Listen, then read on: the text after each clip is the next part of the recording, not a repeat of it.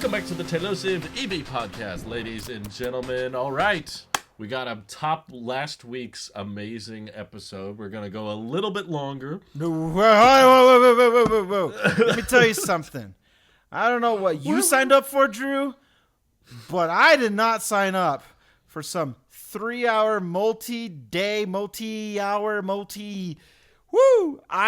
Mike has warped my brain where up is left and left is no. I'm not doing it. So he made me sick. He made me physically sick. So I'm gonna step out. You're welcome. Oh, but Randy, wait. Aye. Hold on. Who's gonna tell us? You did this, Mike. Just like that. He's really gone. Oh. Well, now I could talk All right. trash about Phoenix and why it's a very bad car. And yeah, he's actually gone, guys. I forgot his car's name's Phoenix, honestly. I thought you were talking about the city. That's right. While we were doing a whole tier list thing in which I doubled the amount of cars, and thanks to everyone to providing a wonderful, colorful commentary on, yes, it's good, you should keep on doing this, and others saying, this is ridiculous, why did you put this up here and not there? I like that. I like the engagement. But while we were doing that, Drew, also welcome back, Drew, Thank you. were actually in, well, I think you were in Phoenix. You went to multiple places in which you had to check out like 3 unique vehicles. One possibly going away, one that's just been introduced to the market, and one that isn't even the market yet, but has just seen its production of, well, I guess pre-production of some of its chassis. So I don't know whether you want to give an update on the podcast for some things that either you didn't cover in your videos or that anything, whatever you're most interested in. I'm an open book. I'm not holding anything for the videos. So okay. Well, due to the fact that as of recording this, I believe the Fisker Ocean video still hasn't come out yet, so you probably haven't gotten permission for some details. No, it's ready to go. I got the. I'm just waiting because there's other news that dropped today about the FSD price drop, and then there's a new Model Y long-range rear-wheel drive in Europe they finally made. So I've got videos in the pipeline. The Fisker one is less time-sensitive, so it'll just come out later. But I got permission to post it and everything, so feel free. If you're curious about the Fisker, I can talk about the Fisker. I guess, I mean, the obvious answer is which vehicle was the most exciting to check out on this long road trip that you took. And everyone knows the answer is the Aptera. But I guess, how was it being inside of a Fisker after hearing all this news about it and being able to try it out in person? Yeah, it was interesting, I guess. I think it deserves the criticism it has. I was wondering if it was overhated or underhated, or there's little aspects about it that are mildly interesting, like the rear quarter windows rolling down, and I was able to reach through those windows to lower the second row of seats, which I was like, that's kind of nifty. If instead of reaching forward from the hatch or trying to open the whole second door, you can just access it through the window now, the tiny little window. I was like, that's kind of handy.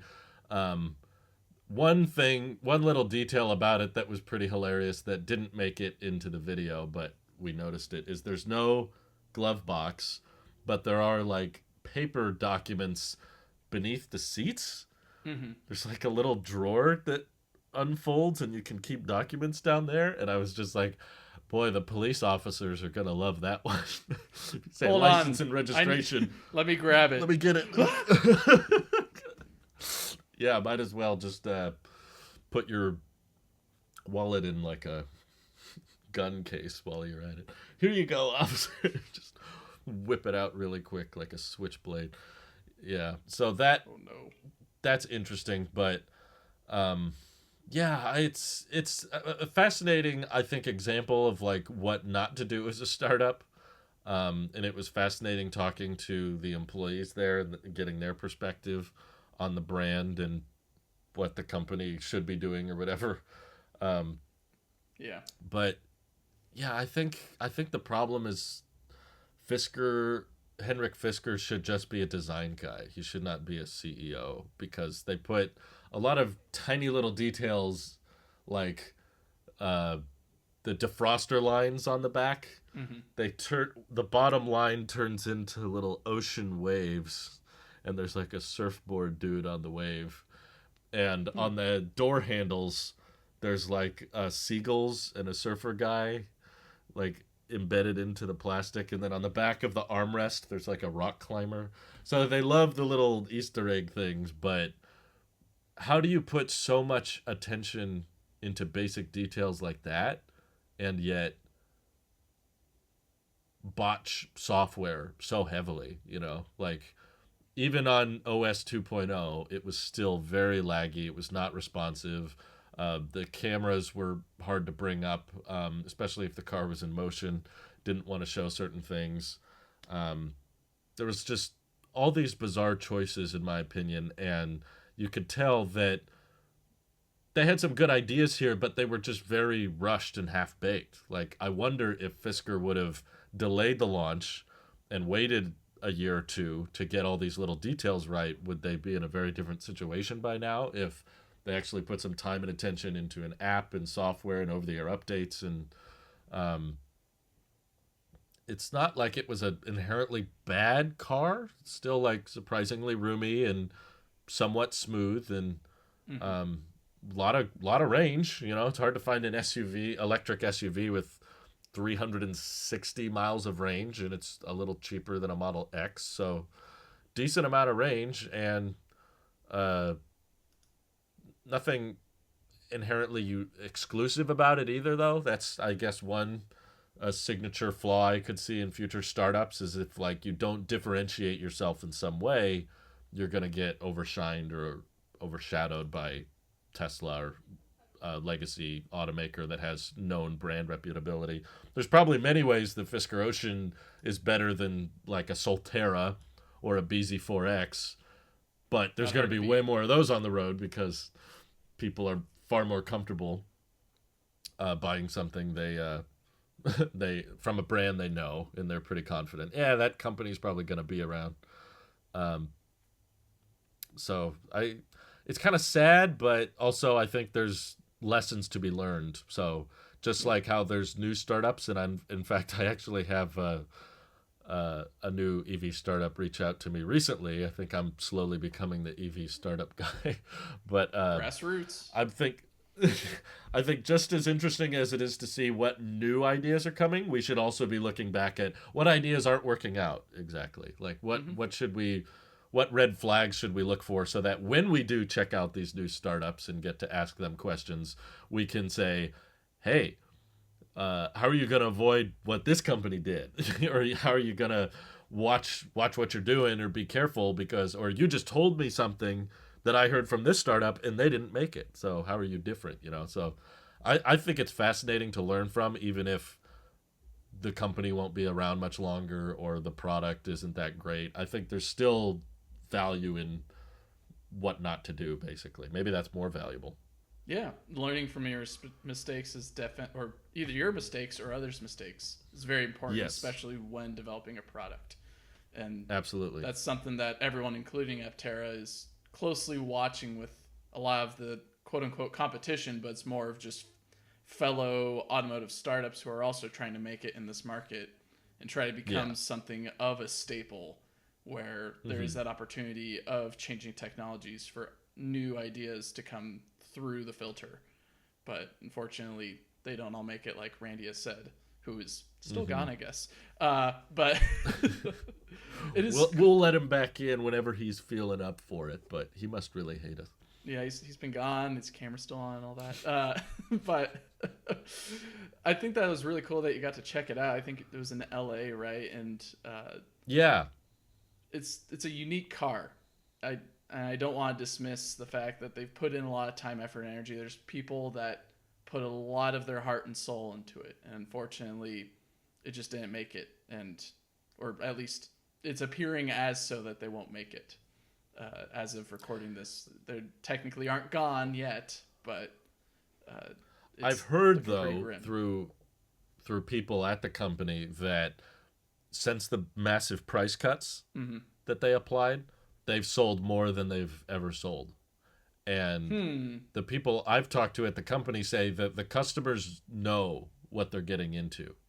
There's actually a waiver that Fisker's sending out to the people who take delivery. This is through another channel I watch, a YouTuber, I'm blanking on his name, but when people are buying these new discounted Oceans, there's a waiver that says you accept that there may not be continued warranty or service. Like it's a big waiver that basically says like you might not have any help with this vehicle long term, and you're just gonna have to deal with it.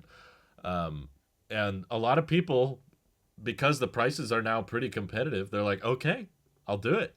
And I think that's going to be a very fascinating chapter to watch, because this might be, I don't know, you guys talked about it, I think, last week or the week before, but Lordstown didn't deliver that many trucks, right? Like, it was a handful from what I could tell from some of the research that I did. And it was fleet buyers? I don't recall any like individual ever posting a video. Most of it was Like fleet, I just some got of a it Lordstown. was employees, and I think Okay. it's in the very low double digits, if any, got to customers. Like Right. So people who aren't practically there's there's practically like no real owners out there, whereas the Ocean, there's like a couple thousand, I think, that are in the wild, and individual consumers, not fleet buyers. I've seen them. I've been driving on the road and seen Oceans go by, and this will be our first like, okay, they hit somewhat volume production, and there's individuals that now own them. What happens when the company's not in the picture anymore? Like, how are they going to age when they're a very software focused product, with multiple screens? There's 4 screens total, I think. And one rotates. A lot of interesting. What's that? And one rotates. Yeah, right. It goes back and forth. I did learn, though, it only goes sideways if you're in park. It will not. It will not stay in landscape mode when you're in motion. And I think I heard someone mention it has something to do with the airbags or something. I don't know, but interesting. It might fold it into I would a have left sandwich. it in landscape. Yeah. But there's a display for the backseat passengers. Not sure if you knew this. There's a display for the backseat passengers, but it's in the cup holder fold down that occupies the middle seat. I vaguely recall that screen. And it's a simple little screen where you're able to mess with your climate control, right?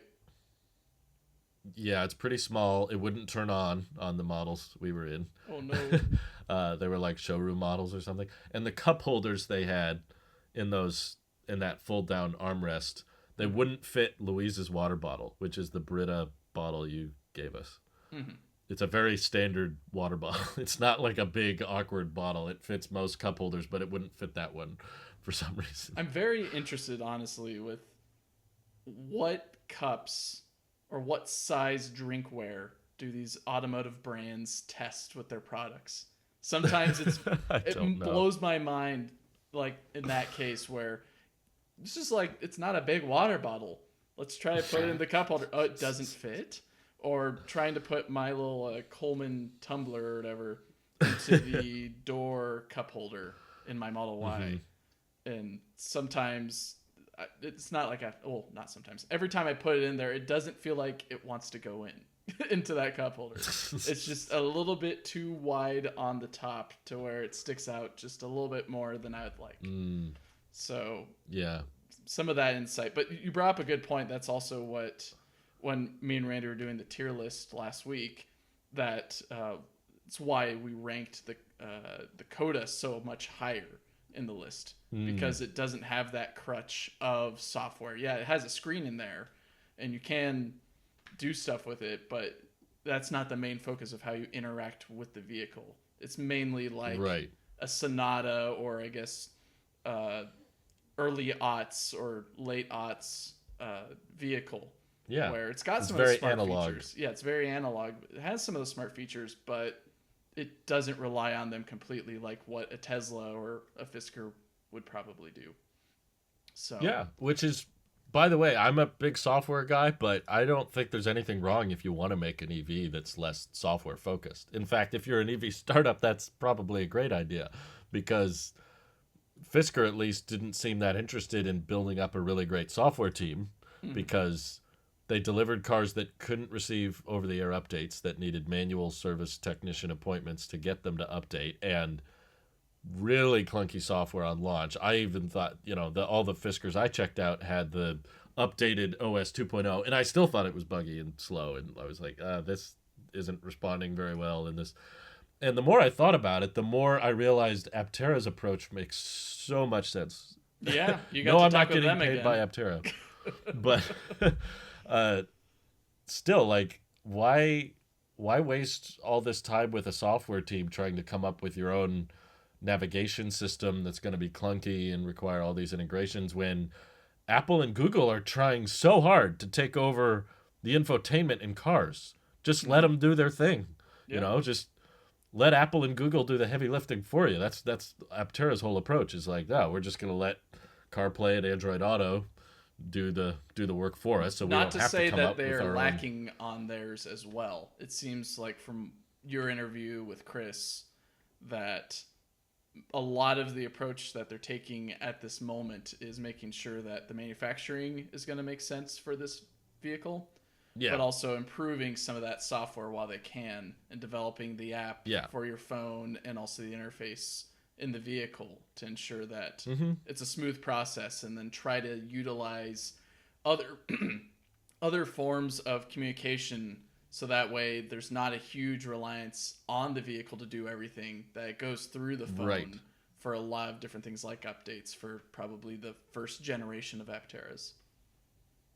Yeah, well, that was the main thing for me, is I was like, can it do over-the-air updates, from day one? And he said yes, and that was approved. We we had the marketing team watch the whole video before I posted it and make sure nothing that was said was inaccurate or wrong. And there were little parts that we had to cut out just because Aptera wants to announce them formally down the road, and they probably want to do something a little bit more special than just me and my wife pointing my phone at it. So there was nothing like horrible or terrible that we cut out for like good PR or anything. It was all the stuff that was cut out is stuff that everybody's going to see shortly.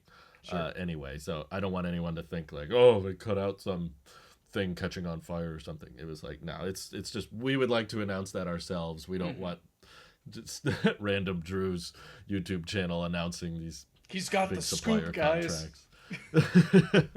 It's not honestly, like, I wanted the marketing team to watch it just to make sure everything was safe to publish, because that's a lot easier to have them go through it before it's public than it is to release it to the public and then have to take stuff down.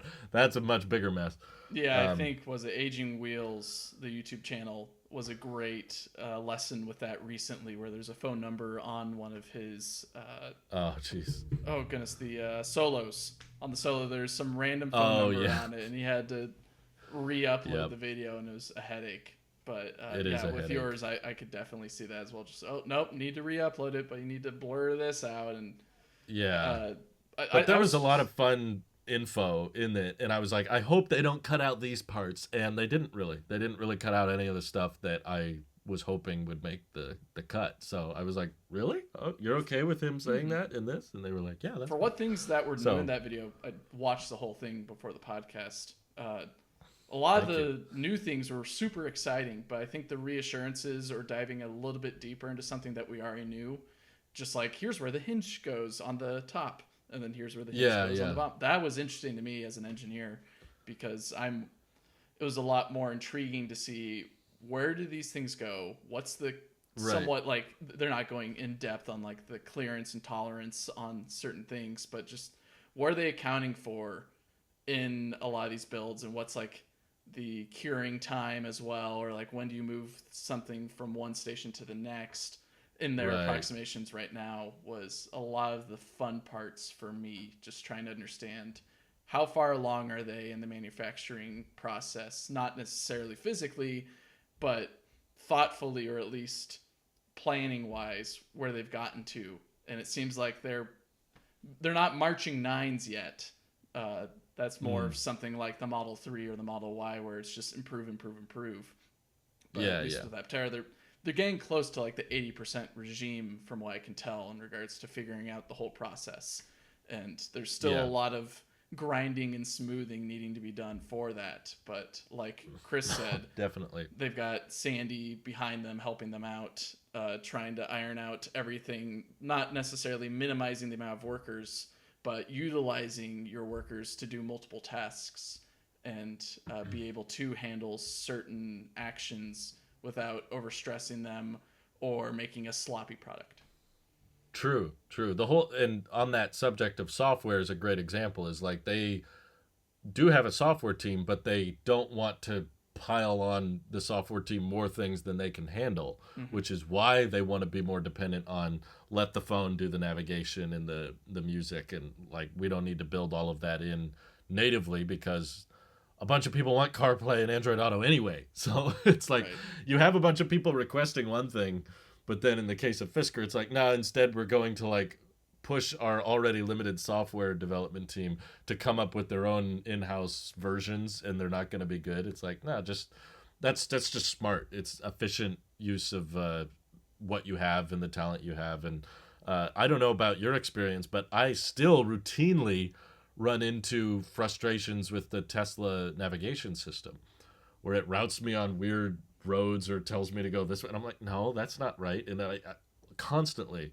and I keep thinking to myself, I never had these problems back when I had an old car and I used my phone for navigation, and Apple Maps was pretty good. And like, you have a company that's whole job is trying to make all of those native apps like the weather and the music and the Apple Maps and navigation. They're trying to make that as simple and intuitive and work with your vehicle as much as possible.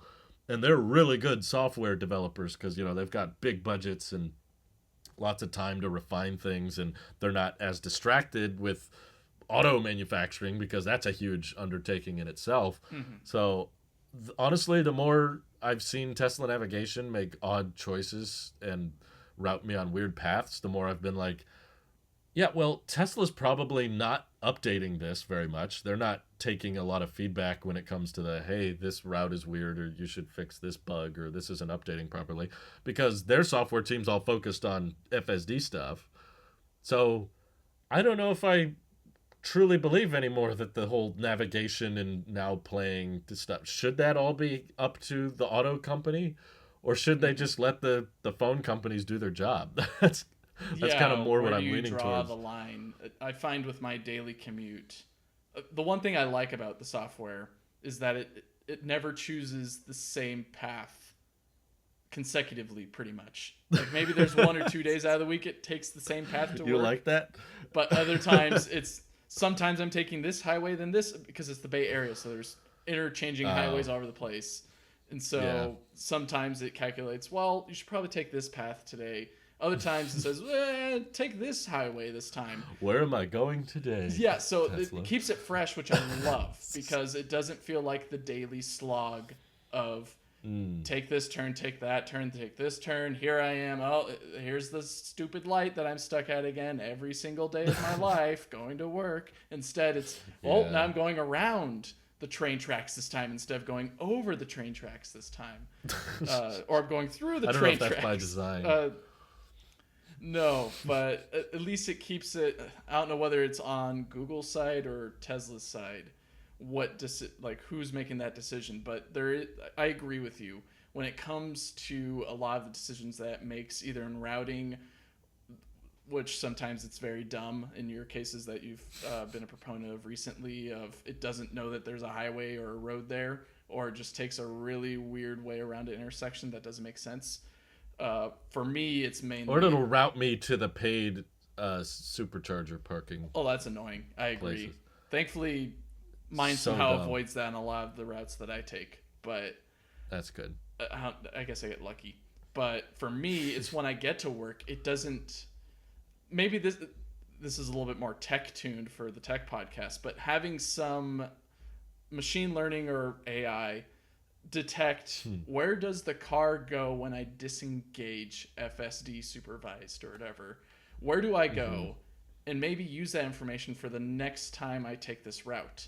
Because every single time I get to work, it routes me to like the front entrance, and the front entrance is not where I park. I park at a offshoot parking lot nearby, in which one would say, well, then why don't you just make that the location for your route to work? And my answer is, it's not that easy to do, especially when there's no specific address for that. And you can't just put in unknown location as your work address, because it's, at least for many trips that I've taken, it just says unknown address, and it may not remember that.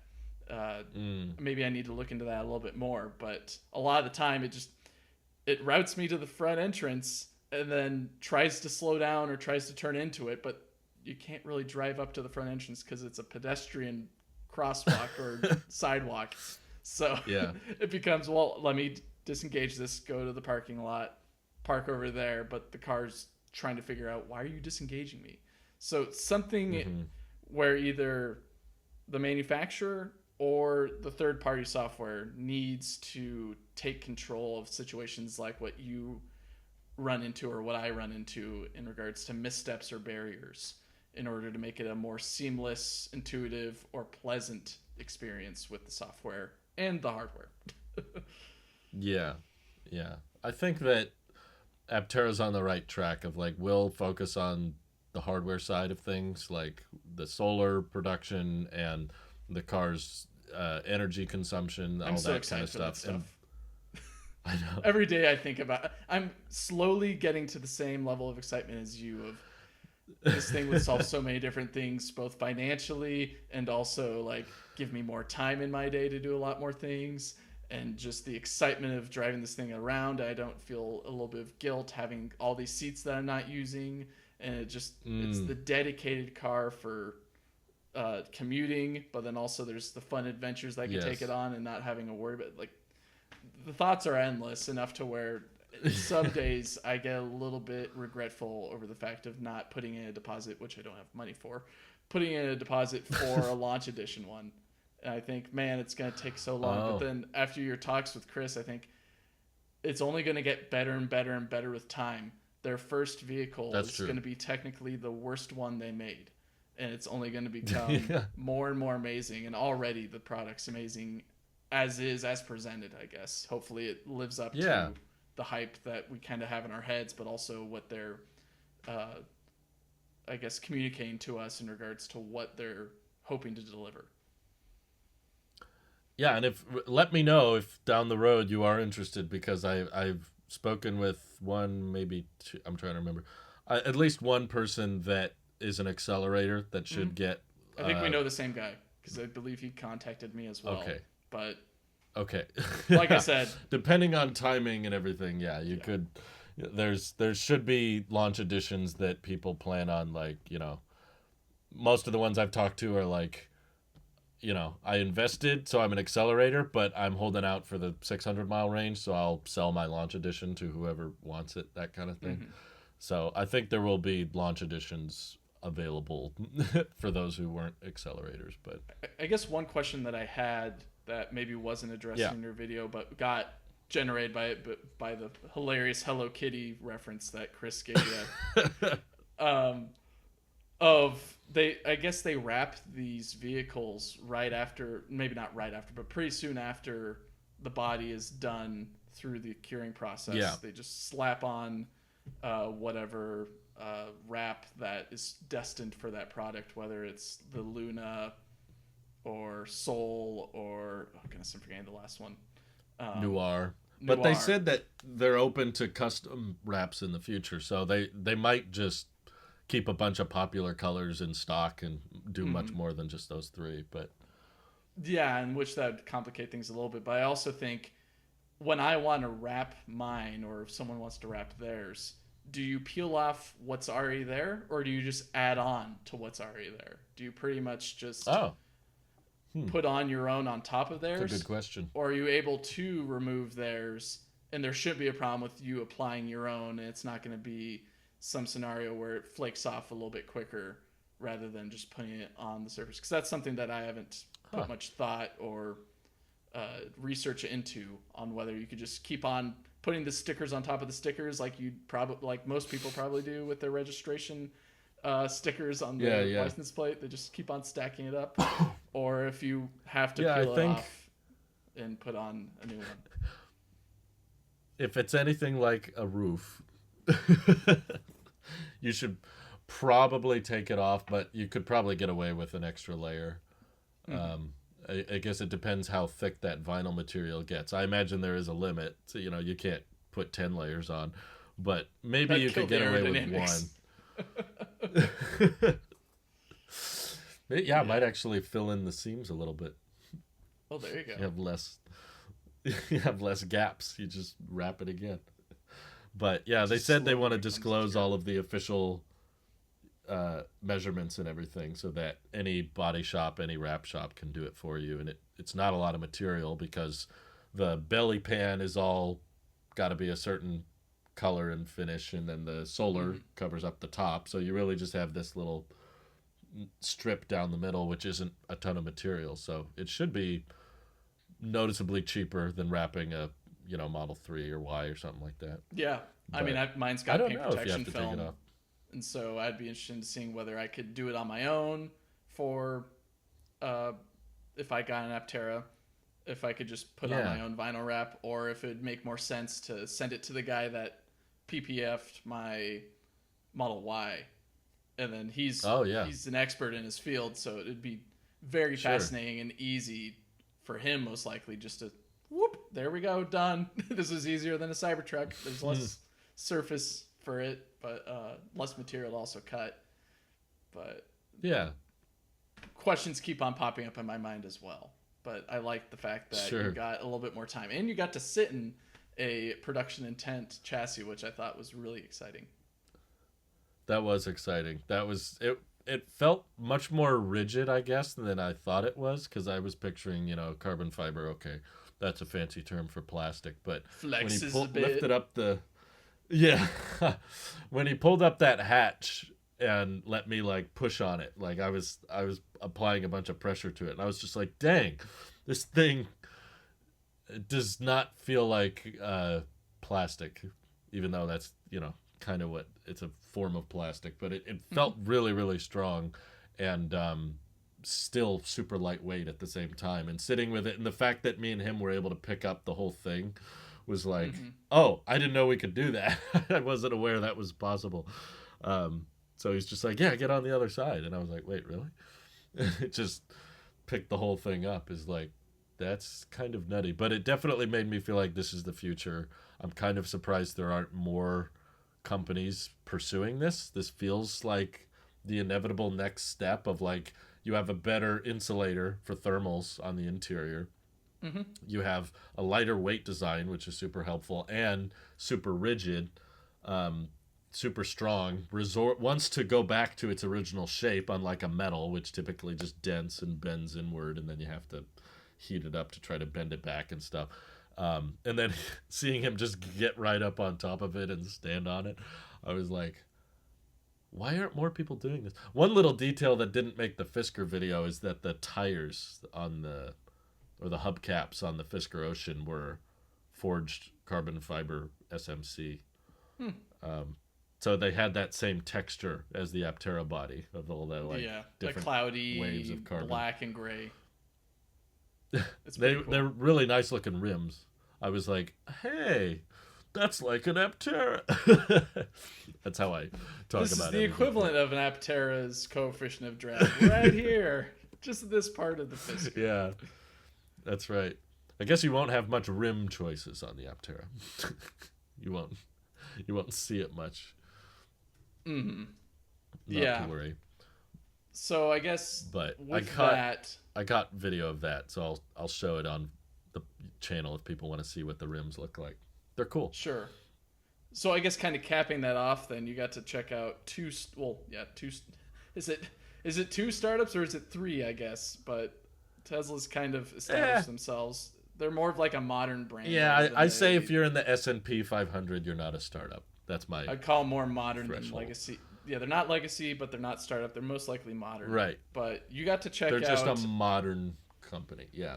Yeah, you finally got to check out a Cybertruck in person, but hands on the yoke style of checking it out, where you got to drive it on the road. In which, Yes. big thanks, I guess, to Gregor Truck and being able to Gregor. allow you to come out and check it out. I Very thought that was fun really guy. cool of him. He was a fascinating, very funny guy to talk to. Had quite a backstory, and we got to hang out with him a little bit afterwards too. So it's cool to meet people, and made me think of you a lot that day, because I was like, man, it's cool to like. This is how you and I met. Was like, hey, you got a Model Y. And I'm like, wow, me and Mike are still catching up, and we're still going to be doing factory tours in the not too distant future, and we're still, keeping in touch after all these years. And now I felt like, oh, I'm at the start of another long journey with this guy who I'm Hopefully now meeting so. because he bought a Cybertruck. So now we've got another friend from the community. So it's cool to be able to keep up to date with the people you meet along the way. That's probably, in my opinion, the best perk of my job is the people that I've gotten to meet over the years and connections you make. So that was the highlight. Looking back on it, I don't think of it as, oh, that was the Cybertruck day. I thought, oh, that's the day me and Greg got to hang out and get to know each other a bit better and talk. It's fun to talk about stuff like off the record and be like, oh, I can't talk about this, but I can show you this. And because me and him were covering the Cybertruck leaks for several years leading up to the launch. He was saying, oh, remember when this leaked? I know how did this happen, and that kind of stuff. So it's funny to get all this additional context. But yeah, the truck itself was also really cool. I was surprised Very what dangerous. Luis said about kind of giving the thumbs up on it as a potential future vehicle. But your response felt like it's not anything serious that you'll be pursuing. Not anytime soon, but I do think, at least at this point, of all the trucks on the road, that's probably my favorite on the market right now. I think the problem is most people are looking at the Cybertruck and its current pricing and just assuming, well, that's just what it costs and it will always cost that. And I'm more looking at it as, no, this is especially with little details, like they didn't even put a screen on the mirror. The Fisker had a screen mirror that, it's a normal mirror if you want it to be, and then you flip a switch and it shows the camera feed from the back. Aptera has a screen mirror as well, True, so you the can Chevy see out Bolt the back. has a screen in the mirror. My Ram Yeah. 1500 has a screen. Exactly. Granted, my Ram 1500 only shows the screen on when we're backing up. At least I have it when I'm backing up, where this Right. $100,000 to $120,000 launch edition, or I guess Foundation Series vehicle doesn't come with it, even though it's got a whole bunch of cameras and sensors right above it in that little binnacle piece of plastic that's housing all those cameras and sensors up there. You could easily route one other cable through there, and what do you know? Yes. It's so much better of a product to use in the city or just anywhere. It doesn't even have to be in the city. Just use anywhere you want. Mm-hmm. It's got that capability, but they decided not to, which I think it's a big annoyance to me. I don't think everything needs to go through the screen. Yeah, I agree. It's definitely annoyance, and I'm not taking away from that. But in my opinion, what that is a sign of, little things like the tiny mirrors they put in the sun visors and going cheap on little details in the glove box or not having a sixth seat, is because Tesla is designing that thing and building it with the intent of massive scale and trying to secure really big margins. You wouldn't take out a tiny, because like you said, a Chevy Bolt has that feature. You wouldn't be taking out those things because you're, I don't know, bored. No, there's an intention behind that. You're like, no, we got to cut every little corner we can. And they're inflating the price right now. It's kind of genius in a way. I admire the business model. I'm not saying it's a good deal. I don't think anyone genuinely should buy the Foundation series. But I'm saying from Tesla's end, it was pretty genius to design a vehicle that's so eye-catching, that attracts so much attention that people treat you like a celebrity, and that's probably why celebrities bought it, and there's celebrities driving around this truck, because of its iconic design, but that iconic design in itself does not make it 100 grand. It's just so unique and it's so different that people, because it's new, are willing to justify, okay, 100 grand to have the coolest truck that attracts all the attention towards me and can do all these things. Yeah, I guess 120 grand, that makes sense. I'll make a bunch of YouTube videos, I'll make a channel, and I'll make it back, or I'll rent it out because it's cool and it's eye-catching and it's like a piece of art on wheels. So they get to charge the high prices early on, but as it feels like it's going to take forever, but as that novelty feeling of it being a new fancy, oh, this is a new like crazy truck. And I've even been in conversations with everyday people that are not car fans, that are not even EV fans, and I didn't even bring it up. And I was at just like a party a couple weeks ago, and someone said, "Oh, dude, I saw a Cybertruck yesterday." "Oh, really? I saw one going down." And it's like these guys never talk about Tesla. These are not EV people. These are not car people. But even these guys were talking about the last time they saw one, and in that regard, it's like it's an experience to see one or catch one. Everyone wants to pull out the camera. And in that way, they can capitalize on the early ramp with these super high prices. But I think because Tesla's cutting corners like that, they've got the room to go way, way, way, way lower than what it currently is. I think lower Hopefully. than just the listed price on the website, the dual motor 80 grand. I think with the right 4680 ramping, which seems to be progressing pretty well, and them continuing to look for little things that can cut cost. Of course, most of the Foundation Series perks hardly cost Tesla anything. It'll have full self-driving someday, but it doesn't. We'll give you a light bar eventually. They don't have any. But we'll include a share power to your home backup. They still don't have it. So it's literally just like giving Tesla all this interest-free loan stuff. But I think long-term, this is probably going to be one of the most, well, definitely in my opinion, the most common electric pickup truck, but one of the most common EVs in America, because Americans love their EVs, and this one I think has a lot of margin baked into it, so Tesla can make it as cheap as they need to. I think they're going to sell every one they make, and there's a lot of cool stuff about it. I love how solid and strong the tonneau cover was. He let me stand on it and walk it around, and the steer-by-wire was mind-blowing. That was probably my favorite feature, aside from just the software being so well done. Like, you can tell that they put a ton of time and attention into calibrating that OS to be just right. It's like the opposite of the Ocean, like no bugs, everything just looks really solid.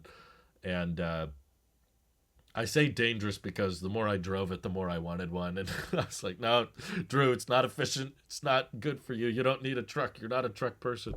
But I was just like, it makes so much sense. You only have to turn this much and you're already done with the turn. And I would be much more comfortable ditching the gear stocks with steer-by-wire, because finding the blinker buttons is so much more annoying when you're doing this kind of motion. When you're doing hand over hand, and then you got to hit the blinker and it's all upside down. But hitting the blinkers on the Cybertruck was like piece of cake, because most of your turns are like this. You're just, it's all variable. You're turning it like speed. 45 degrees.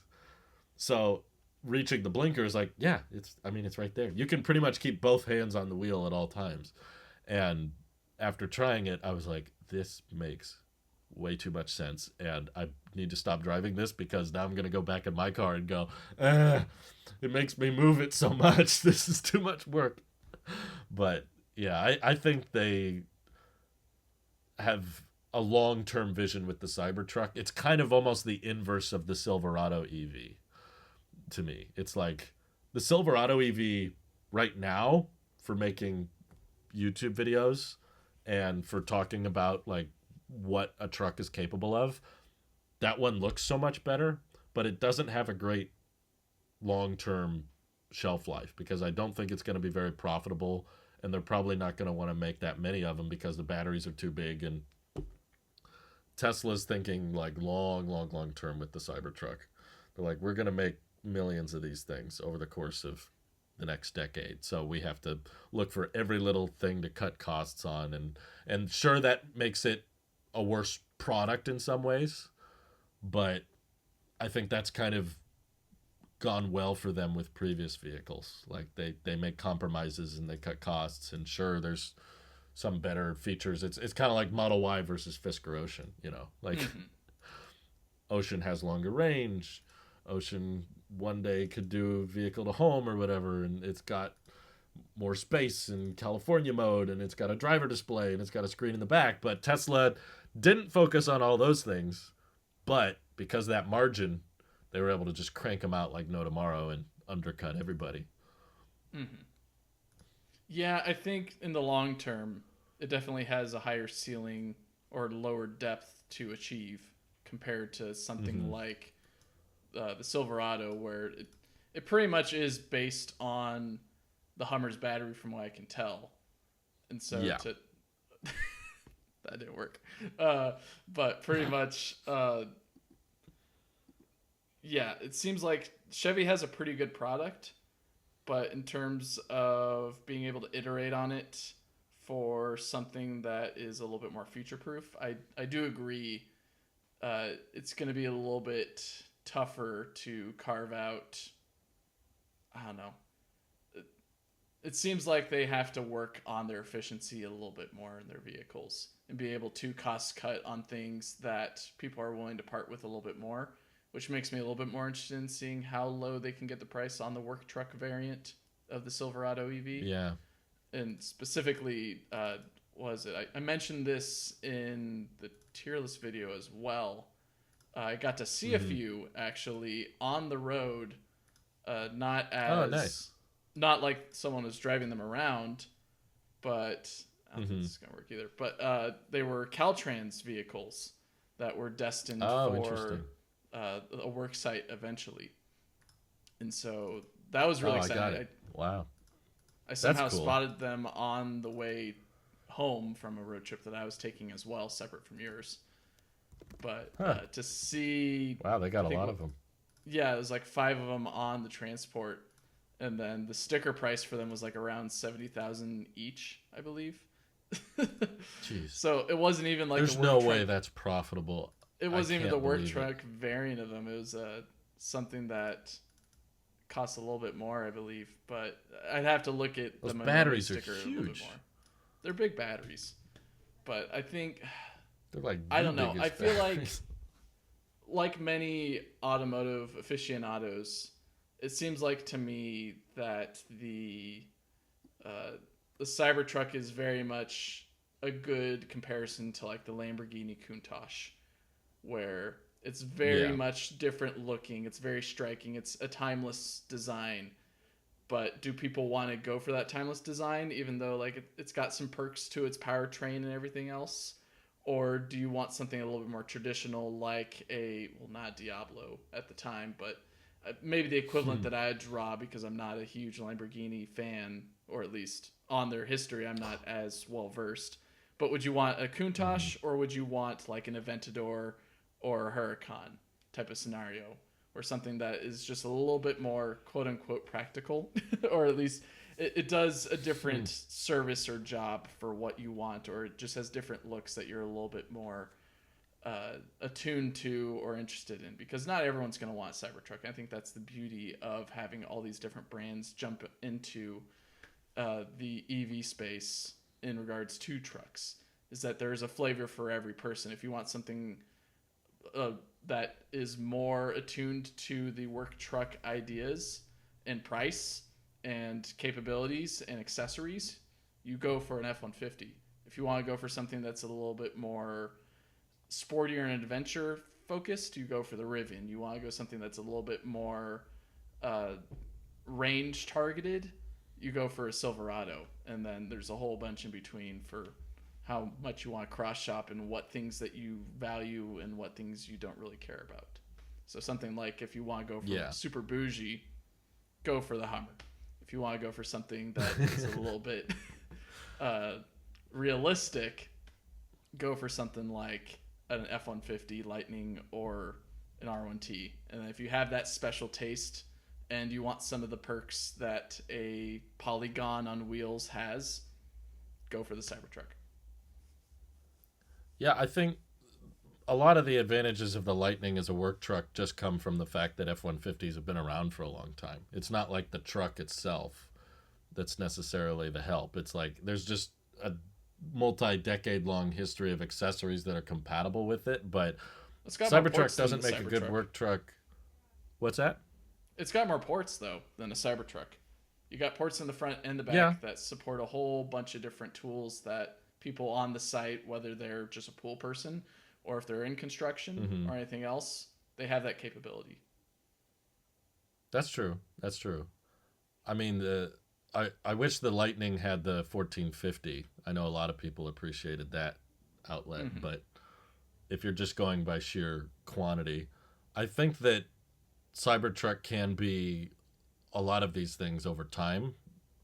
Like the Tesla accessories community is huge. Like those guys go nuts, and the Cybertruck's kind of like asking to be modded and accessoried up. You know, it was kind of like a blank canvas they gave to the accessory community. And I think as they ramp up and get through the Foundation series eventually, I could visualize it being like a very practical work truck for a lot of people. Maybe. I'm not too sure. I don't think you would want to take. My pushback on that is pretty much it's a very unique looking product that is very pricey at this moment. And Yeah, for over now. time it's going to become a lot more ubiquitous and a little bit more of there's another one of those EV trucks, and it'll just slowly descend into the norm that is society and whatever vehicles we have. But it's hard for me to envision a world where the Cybertruck is as I don't know as mundane as a whole bunch of other vehicles that like the F-150 or the Silverado are trying to, or that are I guess what they're targeting. Where the Cybertruck, you're gonna have to make it real cheap to produce, and also as a price tag for a lot of fleet buyers to go in and say, yeah, we'll buy this. Though at the same time, I just showed you evidence otherwise where a whole bunch of Caltrans branded Silverados were on a trailer going somewhere. So Well, they're the only ones that can buy the Silverado right now. You and I can't go out and buy one. The fleet buyers are the only ones they'll sell to. right, where Cybertrucks are focusing more on customers that like Right. you and me. Rather It's like the than, opposite. Yeah, but that just But shows the I think focus of legacy bill of auto materials. versus modern auto, I guess. Yeah. I just think like bill of materials wise, the Cybertruck is probably the cheapest already. As far as like cost, like what the customer pays, no, of course not. It's super expensive. But of the battery packs, Cybertruck's is the smallest at 123 kilowatt hours. Plus, those are all 4680 cells that Tesla's building at the factory, whereas everybody else is relying on imported cells that are less structural, more complex with 2170 designs or pouch designs or whatever, whereas Tesla's got this whole 4680 ramp going. And basically no paint shop with the exoskeleton, and Tesla's vertical integration with their own in-house design controllers, and like we talked about, going cheap on a lot of little details like the interior screen and mirror and stuff.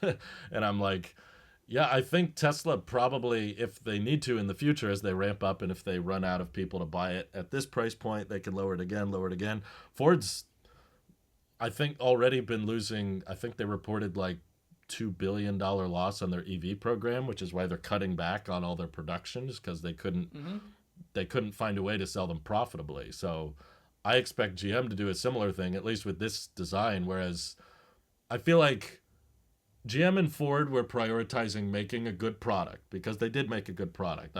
I liked the Lightning, and the Silverado is incredible, but they weren't focused on a business plan. They just went all in on, let's make a good product, not how do we make a profitable recurring revenue. Like, let's scale this up, because every year it feels like they're just cutting back production more on the Lightning, and Rivian's also trying to figure out how to make a profit with the R1T, which is why they're shut down right now, updating it. Hopefully they can turn it into a profitable truck, but I think Tesla's the closest to getting to that point where, for a lot of fleet buyers and a lot of work applications, it's just like, what's the most cost effective solution. And I think a truck that doesn't have paint and a truck that you can kind of bang up and get scratched up and not have to worry about little little things getting dinged up or anything like that, and you just go. I don't think That's fleet kind of buyers really care about that either. I've seen a handful of F-150 Lightnings pretty banged up here in the Bay that definitely have, or not definitely, they do have business branding on them. And I don't think it's cared for as much. But I think a lot of that scaling back of production is also due to the economy, or a lot of, I guess, just what are people buying these days? And you see cars like Grand Wagoneers, in which are very popular, but also it's like one of the top 10 worst selling vehicles right now because there's a whole bunch of them sitting on lots. Though, to be fair, that price tag is $105,000. If this ties kind of back to Fisker, if you lower the price, more people are more interested in buying it. So I guess the other thing that I see as a roadblock for the Cybertruck to become a little bit more of the norm for fleet buyers and others is the minimal interior. All you've got is a big screen in there and a yoke.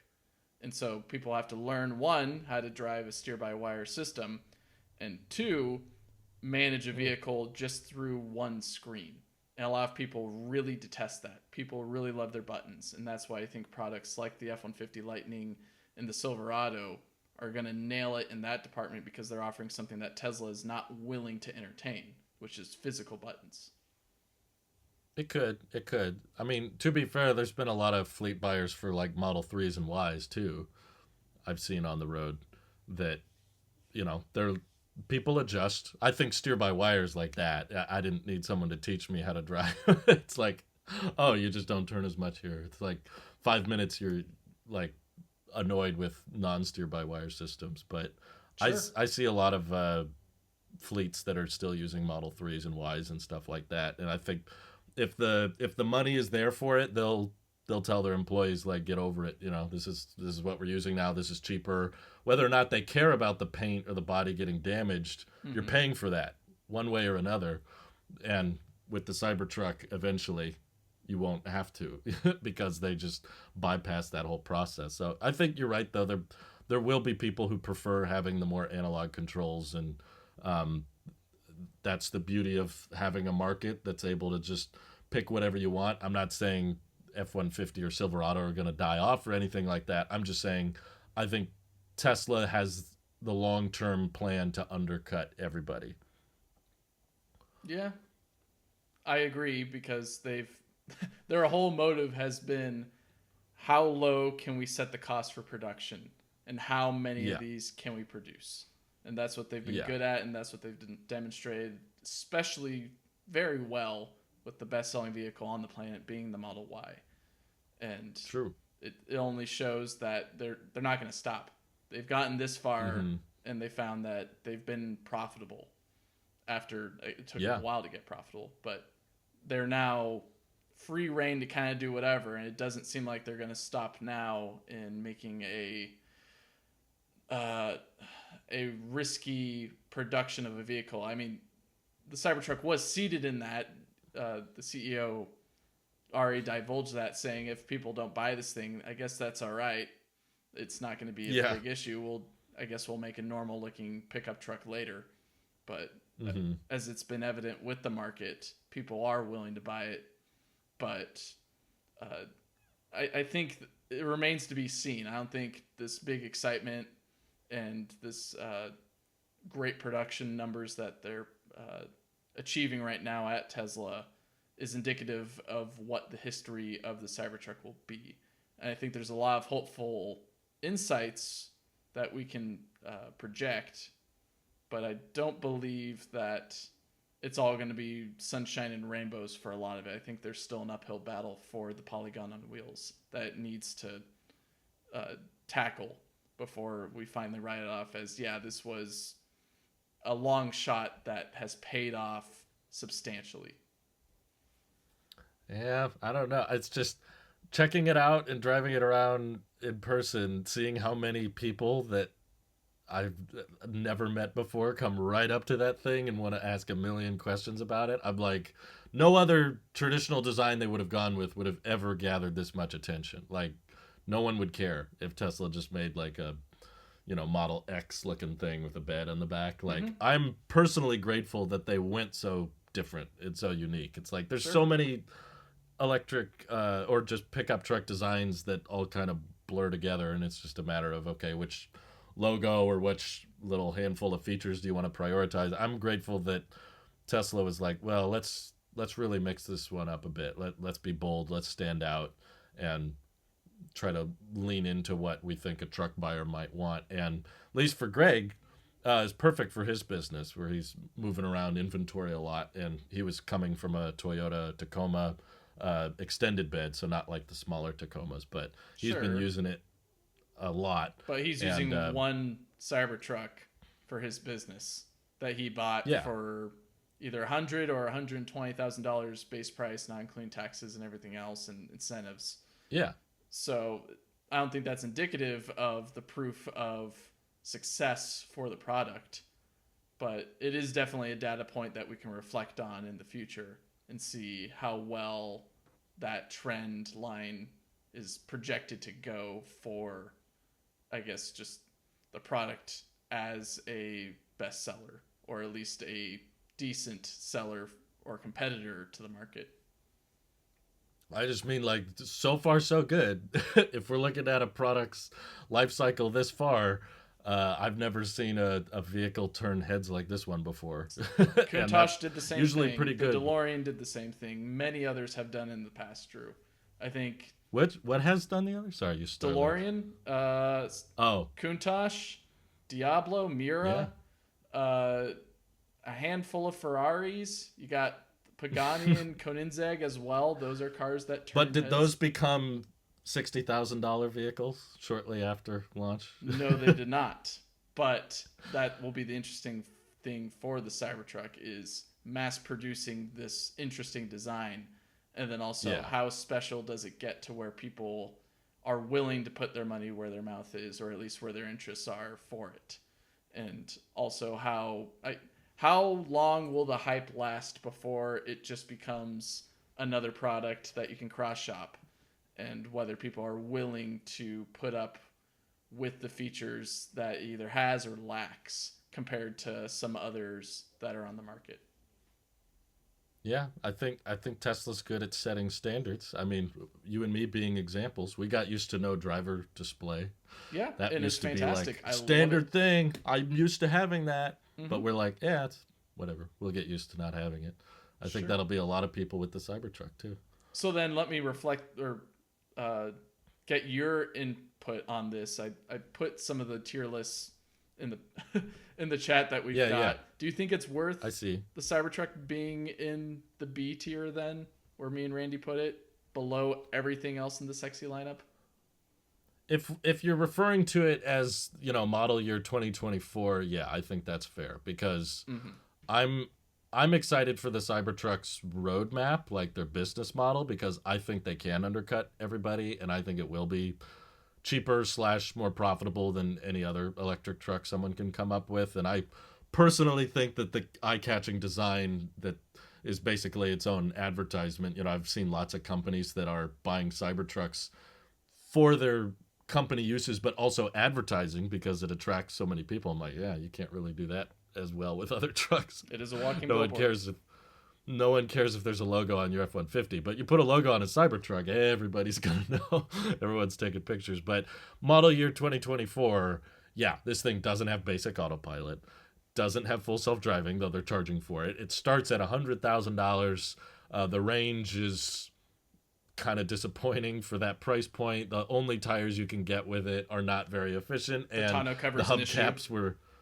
The hubcaps are an issue. My buddy there's Neil, a lot of whose dad has one, was saying that their tonneau cover's broken, and it sounds exactly like the same issue that Rivian went through, where something has. Didn't we have a talk about that? Yes, we did. Tesla have the same. It's gonna have the same problem, and it did. There's something going wrong with the not digital, but the automated tonneau cover. The motorized tonneau cover, I guess, is the proper term for it. I Yeah, think Tesla there's no manual. yeah, Tesla could easily cut costs with just following Rivian's footsteps and putting separate leafs of tonneau plates or whatever into the track, Yeah. and then just leaving it like that, and it'll be perfectly fine. And then you could just store it in the bed when you're not using it, or just leave it at home, and Sure. it'll be perfectly fine. Even though you get a range penalty, it's still a somewhat aerodynamic shape for it driving on its own and not towing anything else. When you tow something else, it needs to be bricked off or swooped up a bit more to match Right. the aero features of whatever you're towing, to give it a little bit more of a, not range boost, but less of a range deduction. Yeah, yeah. No, I think personally that would be a great idea, especially if in the future they're looking for ways to make the Cybertruck cheaper to manufacture, a more basic manual tonneau cover. There's a lot of precious space where the cover rolls up down there. Make And I'm that like, the yeah, if you extended could- battery add-on. Yeah, exactly. If you could fit some more cells down there, I think a lot of people would be willing to put up with a manual tonneau cover. But yeah, it just brought a lot of joy to kids walking by, which was fun to see. But it's going to be a fun future when this is boring. I'm looking forward to that day where no one cares. Because that's when I would be more interested. I genuinely didn't like the amount of attention it brought. It was starting to become concerning. Like everywhere we went, it was like, oh wow, this doesn't stop. It's not just in this parking lot. Like everybody just starts following you around. It's kind of weird.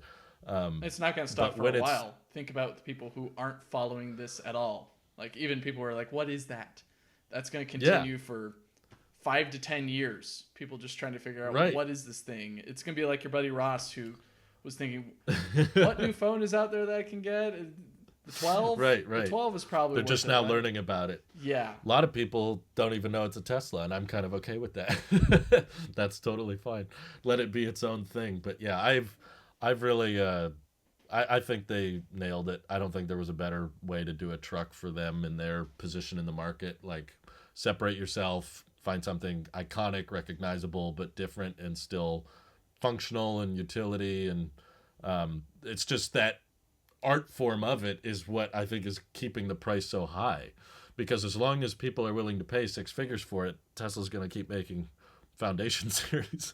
So people are going to go, it's too expensive. And it's like, well, I mean, we could lower it by Maybe. a lot. We're just... On don't need was to. it the Cars and Bids website, they're not seeing a huge I guess gross profit off of them, even though that they've sold I think 1 to 3 so far.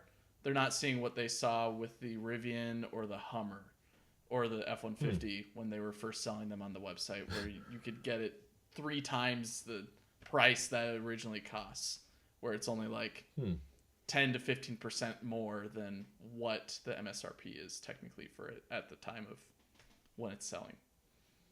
So maybe it's... I hope it's because they don't want to get sued by Tesla for trying to no, resell I think it. from what Doug DeMuro was saying on his most recent video and podcast or whatever, is that they keep on getting more and more owners of Cybertrucks wanting to sell their truck. They're up to I think 3 or 4 now that they've talked to and listed on their website, and I think 1 to 3 of them have already been auctioned off or sold or whatever. So so far, the gross margin profit from these people selling them hasn't been as high as one would think for an electric truck, in which that might be indicative of Tesla being a little bit slow to launch, but it's better that they got... In the market. Yeah, in the market. Well, I mean, they're pretty slow with everything. The only thing that wasn't slow was the Model Y, but special Yeah, circumstances. that's the exception. Yeah, Yeah. it's always going to be the exception. So I guess what I've gotten from this is you're a lot more optimistic. I'm a bit more pessimistic on the future of Cybertruck, which is totally fine. It's interesting how I've done this I think we horseshoe. agree for the most part. Oh, I agree wholeheartedly, yeah. But it's funny how I don't know, 5 months ago, I was or maybe more than that, maybe half a year ago, I was very hyped for this product and very interested. And now I'm both me and my wife are like, oh, it's cool that like we saw a couple of them on the road today, but we're not necessarily hankering to get one. I think Sure. the only way that I would be willing to go forward with one is if I won one in a sweepstakes or something else, or someone was like, "Hey, Ah, have there you mine." go. Then I'd say, "Okay, sure." But if That'd be sweet. if my truck went away today, I don't think I'd be in line for a Foundation Series Cybertruck. No, Maybe no. I don't think anyone should get the Foundation series, but no. long term, if it becomes a $60,000 to $50,000 truck, I think it'll be pretty popular. I would hope so, and that's something that I'm very interested in seeing if they achieve that, and how much more cost cutting they can do with that product, and be able to still make it at somewhat of a profit without having to dip into the red. Yeah, yeah. It's if you ever get a chance to drive one around, I highly recommend it. The rear wheel steering is nutty. You don't really notice it at first until you do like a bigger turn, and then you start going, "Oh wait, we were already here." Like what? Like he was driving around. Greg was driving it around with his friend with the Rivian, and it was able to outturn it on some U-turn thing they were doing, which is weird because the Cybertruck's much bigger, and the efficiency he was getting was not bad either. He was looking at 380 watt hours a mile for his lifetime. That's after like 3,000 miles. Yeah, And still has a ways to that go. was better than the EPA. Nice. Yeah, I'm sitting at, I think 280 with the Model Y, which isn't half bad for it, but Yeah, that's typical. yeah. I think I'm more wait and see how far this thing can go as a product before even. I think I've learned my lesson. I got burnt by the sun reflecting off of the side of this truck into my eyes, and now I'm finding let's pump the brakes a little bit, be excited about a product, but not necessarily put all the poker chips in, saying, yeah, this is definitely going to be the thing that everyone's going to be driving all the time.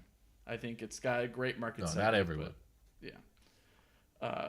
But a lot of people in America, they sure love their trucks, that's for sure. So it's a big market. There's room for lots of different players, lots of different models and styles and techniques. And I'm personally very grateful, unlike the smartphone market, in the EV market, there's lots of different styles, Legacy Auto's got their style, Rivian's got their style, which is also great. Tesla's got their style, and everybody gets whatever fits them best. It's awesome. Mm-hmm. So at least with your hype on the steer-by-wire system in the Cybertruck, would another product with a steer-by-wire system intrigue you a little bit more and make you a little bit more of a fan of that brand then? Pretty much. I mean, I guess it depends on the implementation. I specifically really liked it on the Cybertruck because at those lower speeds, it was just so easy to maneuver this giant tank around the parking lot. It felt like I was putting next to no effort and simple enough that even, my wife, who's never driven a truck before, that I can recall. Yeah, possibly never. Cybertruck she was able to her just first hop truck. in it and I think that might have been. I'm trying to remember if she's ever driven another truck. Definitely not one that big. But yeah, she just hopped in it and was just like, wow, this is kind of nice. I like it. It's nice and smooth. And I will say the suspension wasn't as smooth as people were hyping it up to be. I mean, My it's Model good, Y but... suspension ain't good, so I can only No, imagine. well, that's coil and bigger tires. Well, even with but- air suspension, people find that it's still not. It's not cushy. Even I though was it's air. surprisingly It's stiff. impressed by the refreshed Model 3 suspension.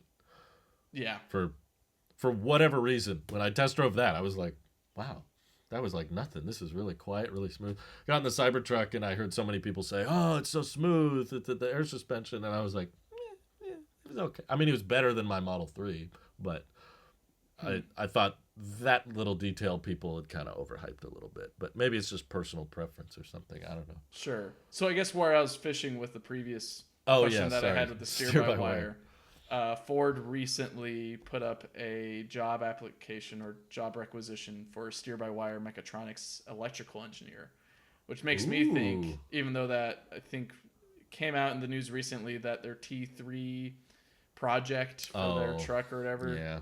is somewhat on hold, or at least has hit a slowdown period. That bummed me out. This might possibly be something that could be implemented in the vehicle in its first launch edition form, where we might I get hope something so. that competes with the Cybertruck in size, capability, and looks for those that want Yeah. something a little bit different, and still have something that is alluring, at least to you and many others who have tried out steer-by-wire for that technology in a truck body. I think would be really cool to see, especially from a player like Ford, who has a bit of pizzazz in what they offer to the customer. Sure. No, I want it on everything, honestly. I don't think there's a vehicle that shouldn't have it at this point. I Even the mean, Aptera. I know it's yeah, well, anything with a yoke would definitely be improved on it. That's definitely I know it's not something Aptera is focused on. They're definitely not going to do steer by wire because it's too early and there's not off the shelf components they can use. But I would love it if they did adopt it because that's the biggest problem with yokes is when you start doing these hand over hand motions and you're trying to grab something that isn't there. So if the Aptera had steer by wire and I could just tilt it like this and do a 90-degree turn and that was it, heck yeah, I'd be all about that. Um, I think Canoe has it, but I'm not sure if it's as sensitive as the I'd Cybertrucks. have to do a lot more research into it on if it is there and in what capacity. Right, right. But I think the next vehicle I'd be most excited for having steer by wire on would be the hopefully around the corner Tesla next gen vehicle because that would be a from the ground up designed to be cheap and affordable. So and I'm more of a small car guy anyway. That's probably my biggest complaint with the Cybertruck is just the size. Like Sure. I would love the exact same truck scaled down because I think in general trucks are just too big most of the time for a lot of people. But that's why I'm a big fan of Tello as well because they're trying to address that. But if there was a little Tesla compact car, which they've said, I think, that they want to utilize all the things they've learned from all their manufacturing experience, like the steer by wire, the Ethernet connectivity for the wiring harnesses, and the 48 volt, all of that combined onto a mass market affordable vehicle. That's going to be pretty sweet. I think there's a reason they're probably going to hold off on unveiling it as long as they can. I don't think it'll necessarily be the same design as the Robotaxi unveil, which will probably be delayed several years. I don't know.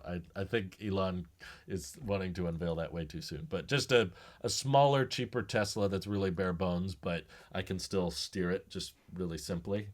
That sounds kind of awesome. Like a little steer by wire hot hatch or something.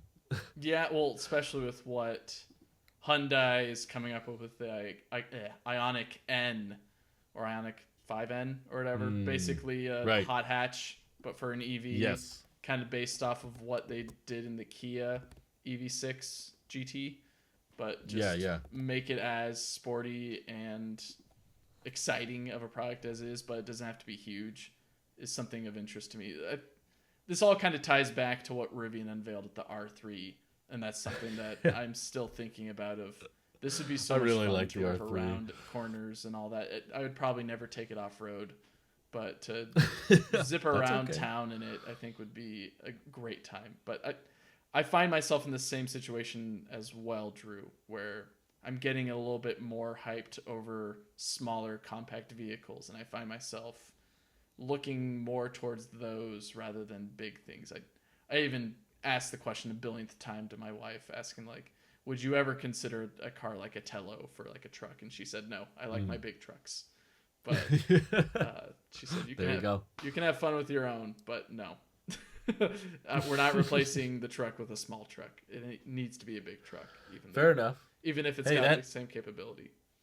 Sure. I mean, that's quite telling that people shouldn't really build trucks based on me because I don't own a truck. So what does my opinion of trucks matter if I'm not the one buying them, Sure. I think a lot of that for her stems from being able to see over other vehicles, whether in traffic or just be able to see your surroundings a little bit better because you're a little bit more higher up.